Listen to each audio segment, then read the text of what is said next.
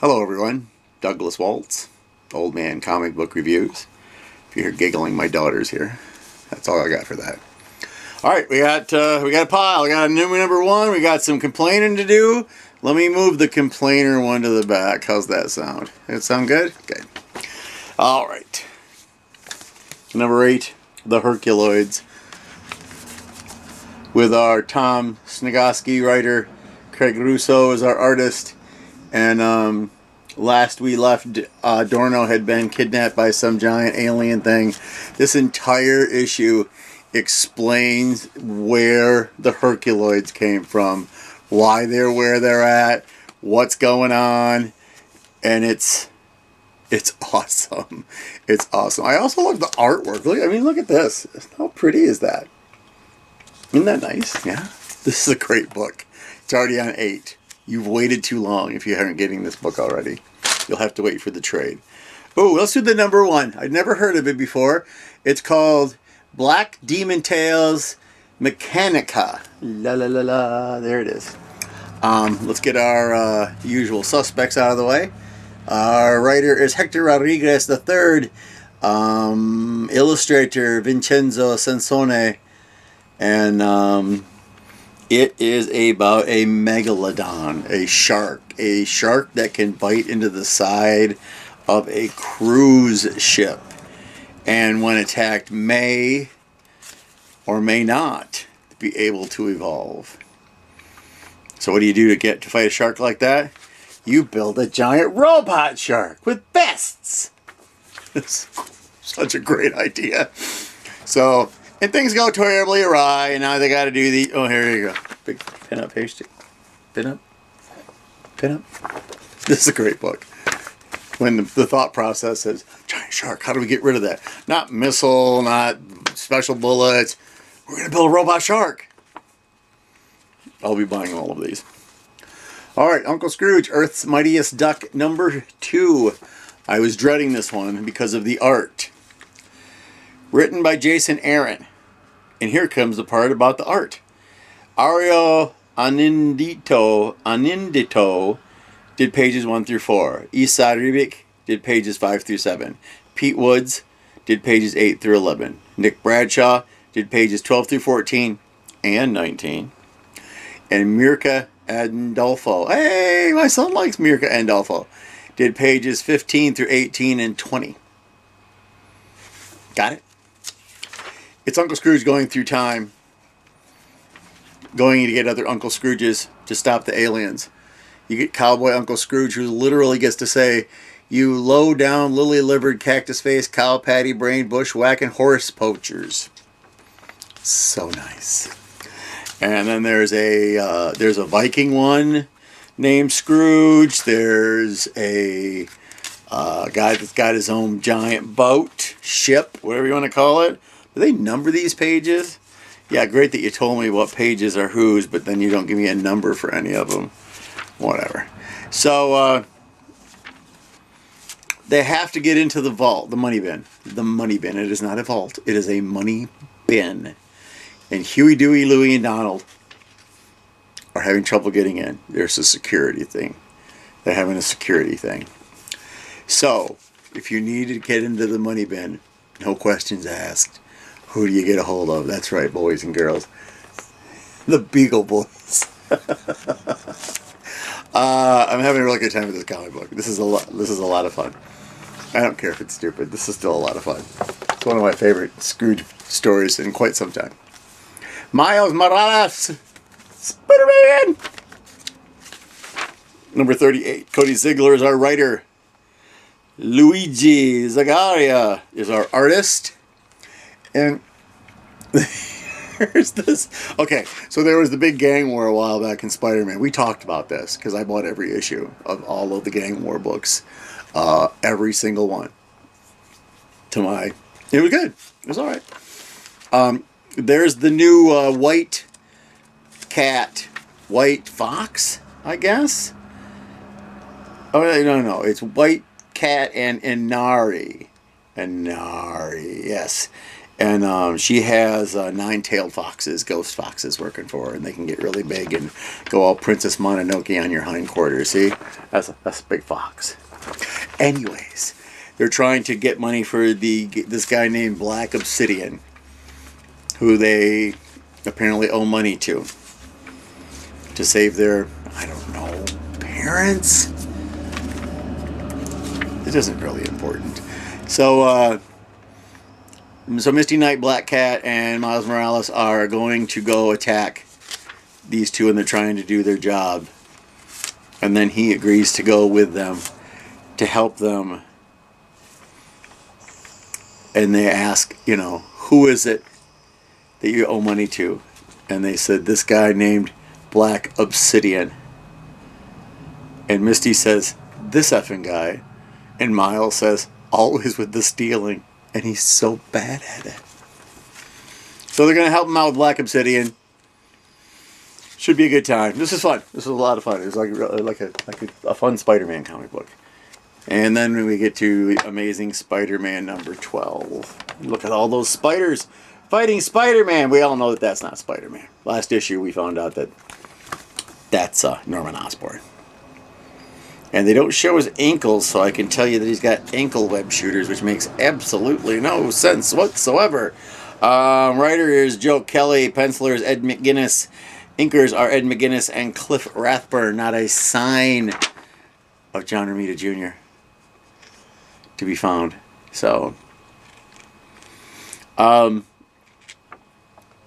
trying to figure out where Peter Parker went. And J. Jonah Jameson apparently has a podcast, and he invites this guy who explains extra-dimensional incursions. He goes, you know how no one used to be allergic to nuts, and now it's everyone? People are jumping between parallel universes. And he's like, it's very, that part is very, conspiracy theory. So anyways, Norman Osborn is flipping around and being Spider-Man and threatening Hobgoblin with his life, and then the spiders show up. It's Miles and Silk and Spider-Boy and Arana. So I know who all these people are, I just don't care. And they decide they're going to fight Spider-Man because they know it's not Peter Parker. See? Fight scene. The only problem is the gentleman inside of the spider suit is Norman Osborn, whose entire life has been fighting spiders. So it's not really a fair fight. 4 against 1, you think that would be a fair fight. But then a Spider-Gwen shows up, and Norman's guilt comes to the surface about killing Gwen Stacy, which was like 60 freaking years ago. And she's not dead. Whatever. It's an interesting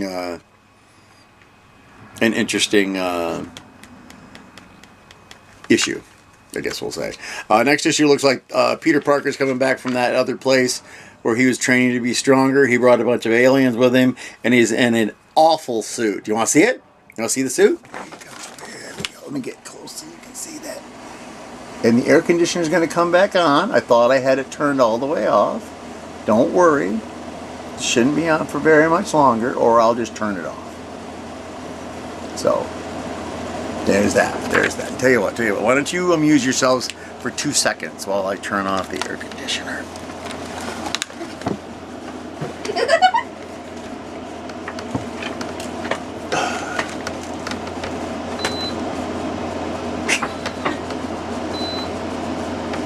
No, I didn't do it.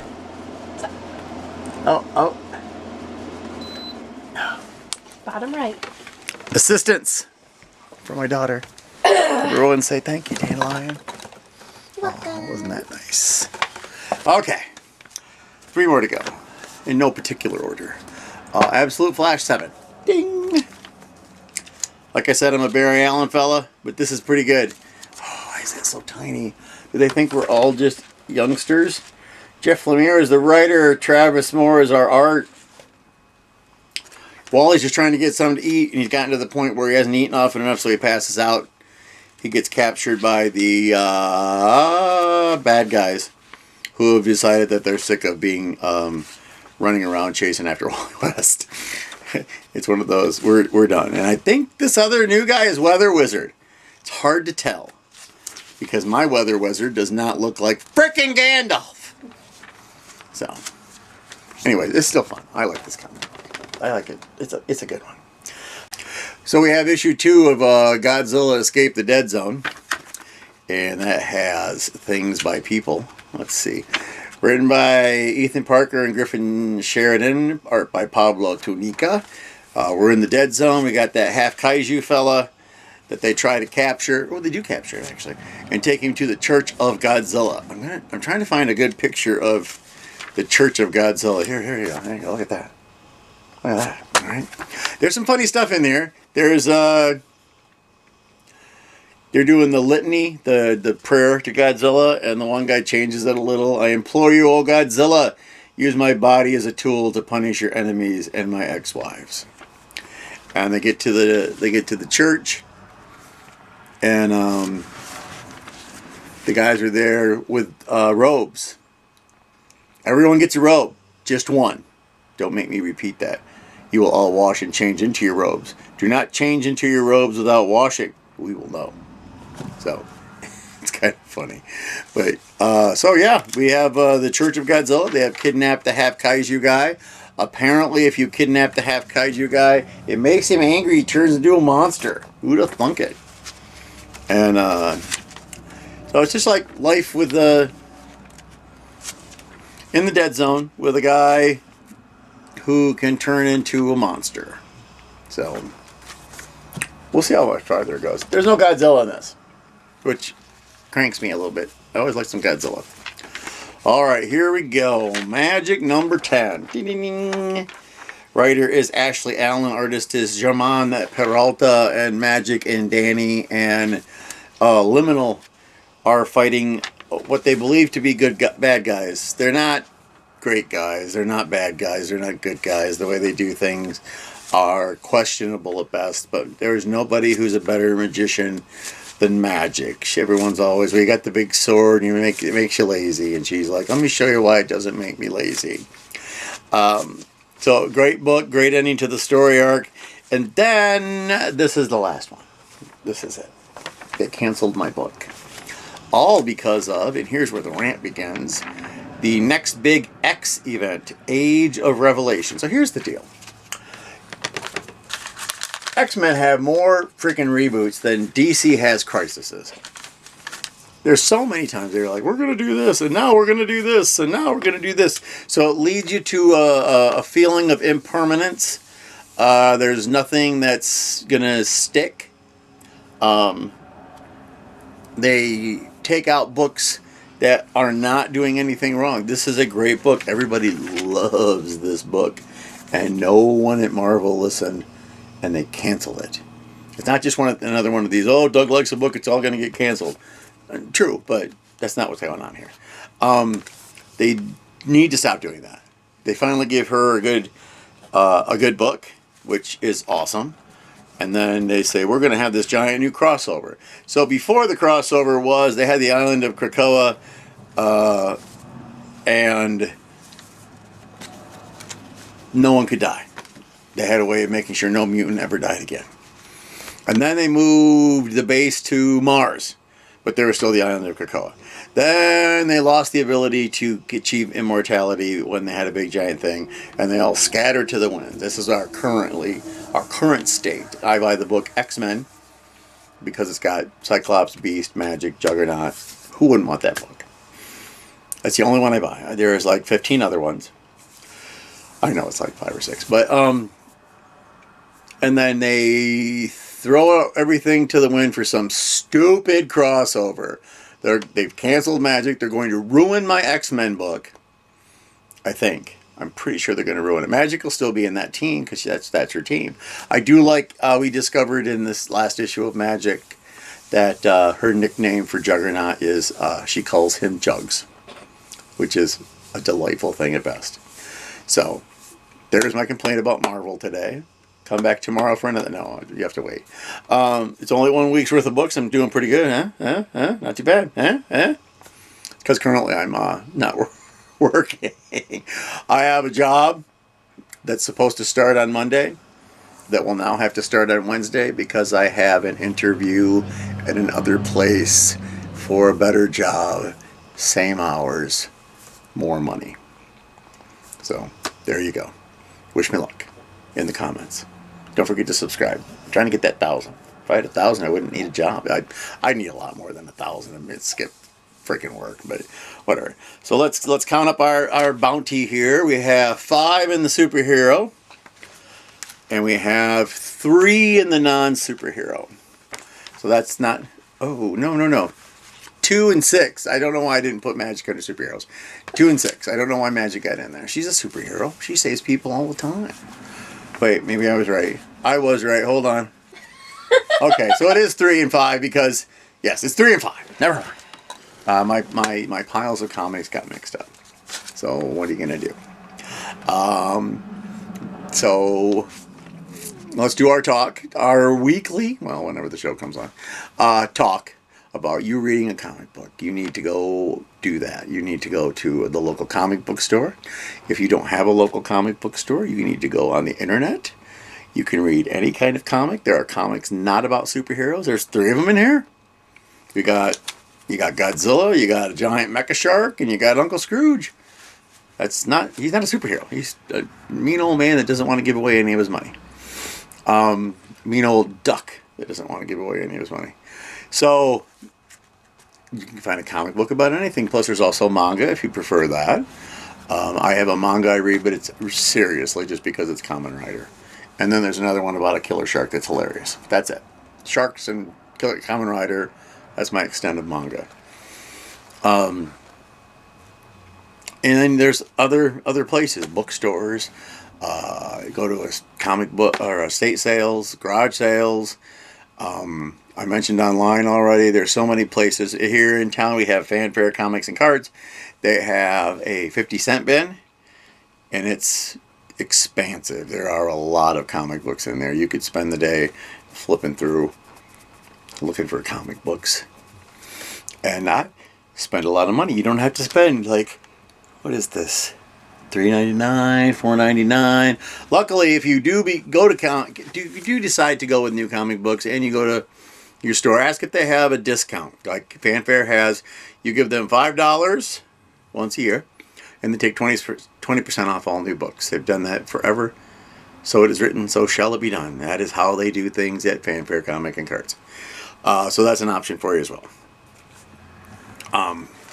Yeah, that's it. I don't know why they canceled Magic. I got a new comic book with a mecha shark in it. Can't go wrong with a mecha shark. My phone's making noise. So that's my cue. Go read a comic book. Now that I have to edit it.